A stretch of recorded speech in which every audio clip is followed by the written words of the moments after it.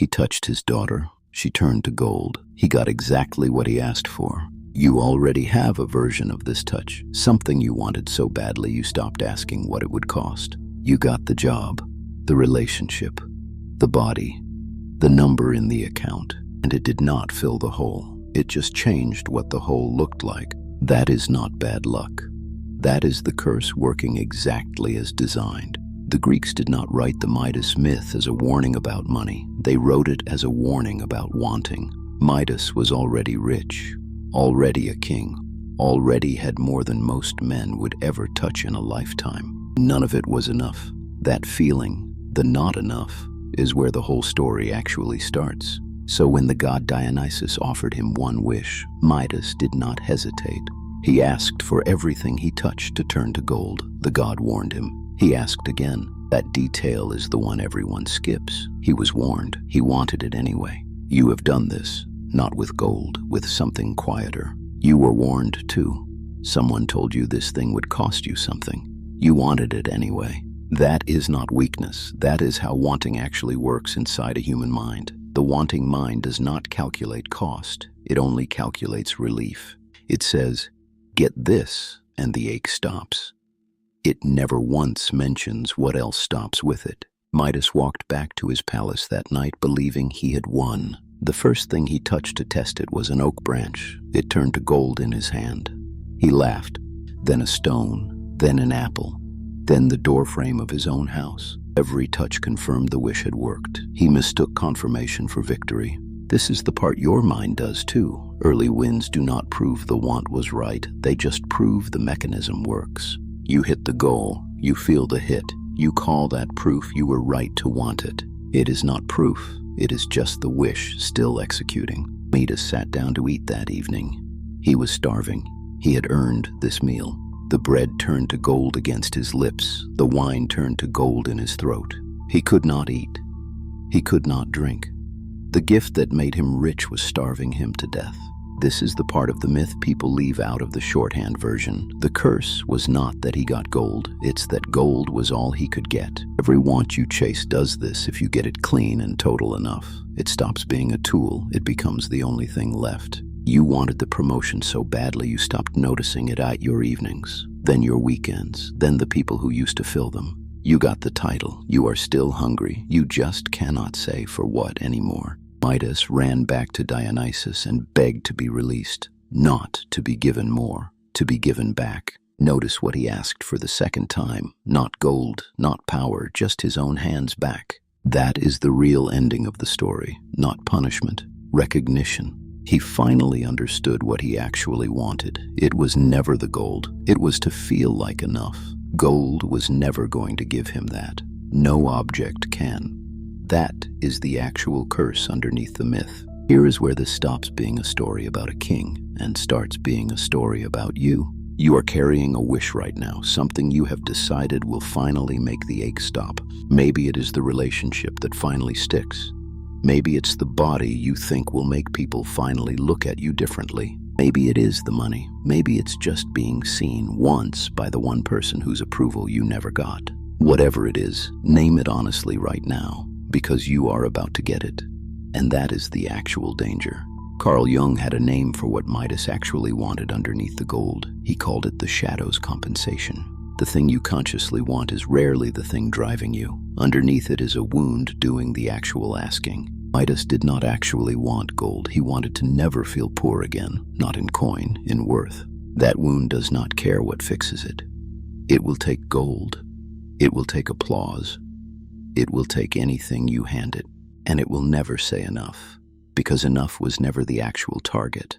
This is why getting what you want so often feels hollow instead of finished. You solved the wrong equation. You thought the target was the promotion, the relationship, the number. The real target was underneath it the whole time. Jung called the unaddressed wound the shadow because it operates in the dark. You act on it without ever looking at it directly. That is why Midas could not see the trap even after Dionysus warned him. The wound wanted what it wanted louder than his reason could argue. This is happening in you right now today with whatever you are chasing. The reason matters less than the pattern. The pattern is always the same. Wound speaks, wish forms, you obey. You call it ambition, you call it love, you call it self-improvement. It is often just the wound wearing a better coat. Simone de Beauvoir wrote about this differently but landed on the same floor. She said we build a self out of other people's expectations, then mistake that self for a want of our own. So you chase a version of success that was never yours to begin with, and when you catch it, of course it does not fit. It was never built for you. It was built by you for someone else's approval. So let's be specific, not theory.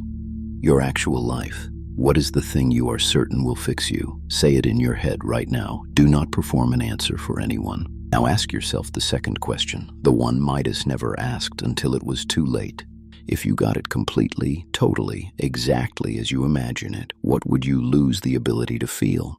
That question is uncomfortable on purpose. Most people never ask it because the honest answer is frightening. If the relationship finally sticks, you lose the story that you are unlovable, and some part of you has built an entire identity around that story. If the money finally comes, you lose the excuse that circumstances, not you, are the reason nothing has worked. If the body finally changes, you lose the fantasy that this one thing was standing between you and being fully seen. The wish is never free. It is always paid for with the story you have been living inside. That is the true mechanism of the curse, not punishment from a god, a trade you did not read the fine print on. Marcus Aurelius wrote himself a private note about exactly this, not for an audience, for his own mind in the dark, before sleep. He wrote, "Confine yourself to the present. You will find that the thing you dread rarely arrives the way you feared it." He was not talking about fear.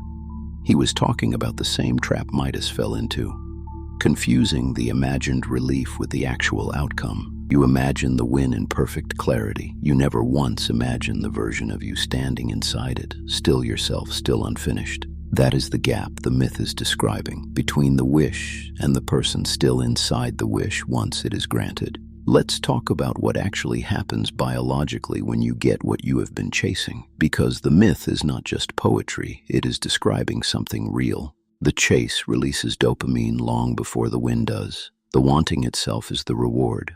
The having is almost an afterthought to the brain. So the moment you touch the thing, the chemical that made the chase feel meaningful simply stops. You are not broken when the achievement feels flat. You are simply meeting your own nervous system doing exactly what it evolved to do. Midas got infinite gold. Infinite is the part that broke him. There was no more chase left, only the flat, permanent having. That is why lottery winners report depression within a year. Why people who reach the top of their industry describe a strange grief instead of joy. The chase was carrying more meaning than the destination ever could. And nobody warns you because it sounds insane until it happens to you. So here is the uncomfortable truth sitting underneath everything so far. Getting what you want was never going to be the fix. Not because wanting is wrong, because you were asking the object to do a job only you can do. This is where most people close the video feeling seen and a little worse. We are not doing that here, because the myth does not end with Midas starving on his throne. It ends with him in the river, washing the gold off his own hands. That river is available to you too, not as an escape from wanting, as a way of finally wanting correctly. Here's the actual method. Not a mantra, a working practice you can run on any want you are carrying right now. Step 1. Separate the object from the feeling. You do not actually want the job. You want the feeling you have decided the job produces. Name the feeling specifically, not happy. That word is too soft to be useful. Name it exactly. Safe, worthy, chosen. Once you can name the feeling, you can ask the only question that actually matters. Is the object the only road to that feeling, or just the road you have been walking on autopilot? This single move breaks the Midas trap before it closes on you. It gives you back the ability to choose the feeling on purpose, instead of gambling everything on one object delivering it. Step 2. Before you get the thing, write down exactly what you are afraid you will lose the right to feel once you have it. For Midas, it would have been simple. I am afraid that if I get infinite wealth, I lose the excuse that I am not yet enough. Writing that sentence down does not stop you from wanting the thing. It stops the thing from ambushing you the moment you get it. You go in with your eyes open. That is the entire difference between Midas at the moment of the wish and you right now doing this correctly. Step 3, and this is the one nobody wants to hear. Sit with the want unfulfilled for longer than feels comfortable, on purpose. Not to punish yourself, to find out which part of the ache is real and which part is just impatience dressed up as urgency. Midas never had this option. The wish was instant and total the moment it was granted. You are not cursed by a god. You have time he never had. That gap between wanting and getting is not wasted time. It is the only place where you can still choose who you become on the other side of the wish. Most people burn that gap trying to make it disappear faster. Refresh the number, check the phone, chase the shortcut. That gap is not the enemy. It is the only training ground you get before the wish becomes permanent. Hannah Arendt wrote about a different kind of danger. Not evil men doing evil things, ordinary minds that simply stopped examining what they were doing at all. She called it the banality of not looking. Midas is that same failure, aimed inward instead of outward. He never once stopped to examine the wish before he made it. That is the actual failure, not greed, unexamined wanting. You already have a wish running right now, quiet, unexamined, underneath everything you chase. You have not looked at it either. Name it. Not the polite version you say out loud. The raw one underneath it that actually moves you. Ask what it costs if it is granted exactly as stated, with no mercy, no exception, no fine print written in your favor. That is the whole discipline.